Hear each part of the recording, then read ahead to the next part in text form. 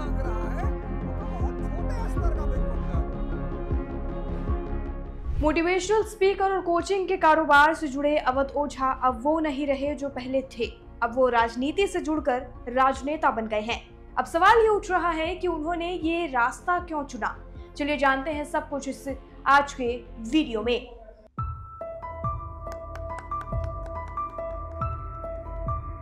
अवध ओझा ने सोमवार यानी 2 दिसंबर को आम आदमी पार्टी में शामिल होने का फैसला किया।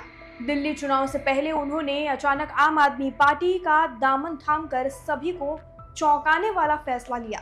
आपको बता दें, अवध ओझा देश के मशहूर शिक्षकों में से एक हैं। उनका पूरा नाम अवध प्रताप ओझा है। अवध ओझा यूपीएससी की तैयारी करने वाले स्टूडेंट्स को कोचिंग देते हैं। साथ ही वो एक फेमस यूट्यूबर भी हैं। वो उत्तर प्रदेश के गोंडा जिले के रहने वाले हैं। यूपीएससी परीक्षाओं में चुनौतियों का सामना करने के बाद उन्होंने इलाहाबाद के कोचिंग संस्थानों में पढ़ाना शुरू कर दिया। अब वो फेमस कैसे हुए ये बताते हैं। कोविड-19 महामारी के दौरान जब वो ऑफलाइन कक्षाएं बंद कर दी गई तो उन्होंने यूट्यूब पर एजुकेशन को लेकर कई सारे वीडियो शेयर किए। इससे उन्हें खूब लोकप्रियता मिली। उन्होंने लॉकडाउन के दौरान यूट्यूब पर ऐतिहासिक घटनाओं, भू राजनीतिक रुझानों और समसामयिक मामलों पर वीडियो कंटेंट बनाना शुरू कर दिया। उन्होंने चाणक्य आईएएस अकेडमी, बाजीराम और रवि आईएएस और अन अकेडमी के साथ कई कोचिंग संस्थानों में पढ़ाया। साल 2019 में उन्होंने पुणे, महाराष्ट्र में IQRA-IAS अकेडमी की संस्थापना की।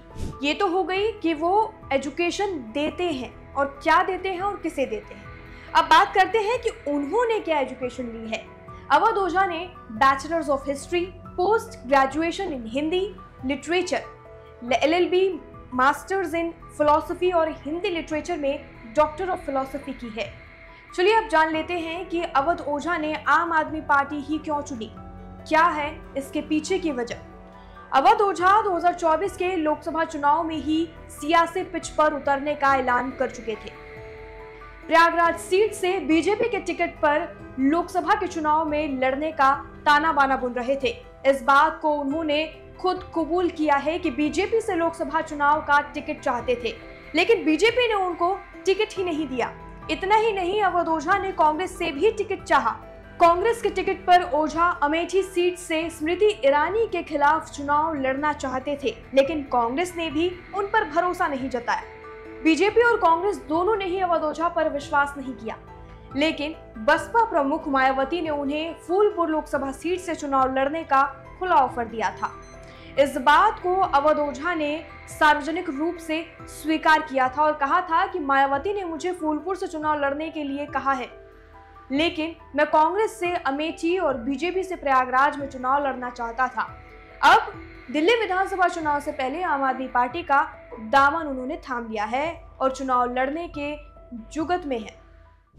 अवध ओझा की ड्रीम्स के बारे में अब बात करते हैं कि उन्होंने क्या सपना देखा था, वो क्या बनना चाहते हैं और आज क्या बन गए हैं। अवध ओझा मोटिवेशनल स्पीकर है और छात्रों को सिविल सर्विस परीक्षा की कोचिंग देते हैं, लेकिन हैरानी की बात यह है कि वो कभी खुद इस परीक्षा में फेल हो गए थे।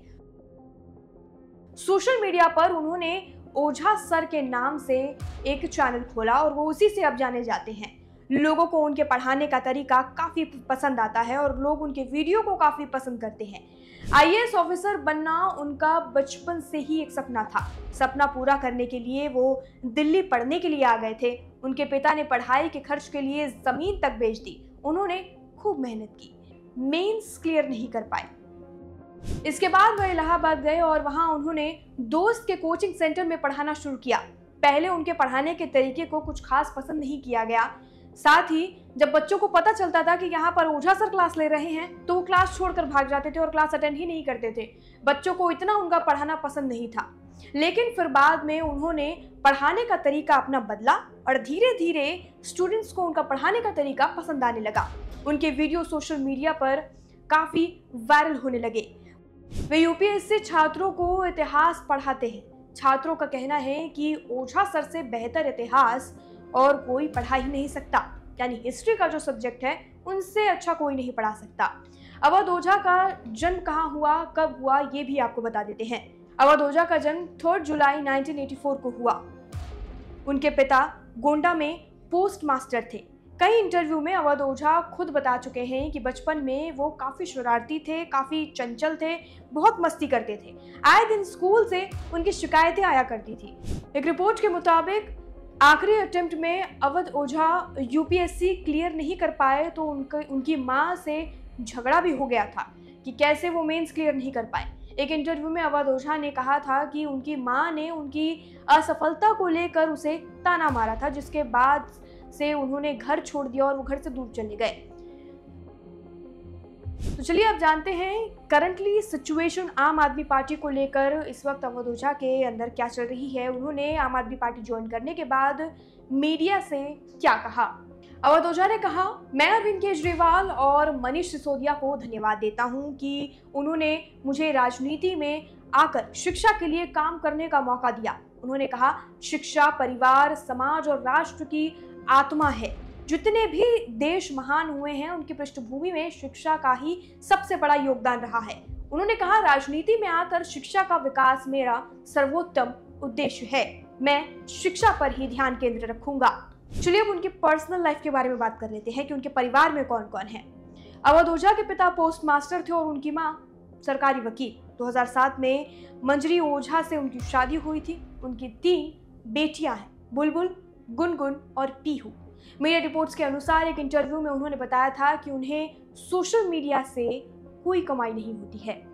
उम्मीद है आपको अवध ओझा के बारे में ये प्रोफाइल वीडियो काफी अच्छा लगा होगा।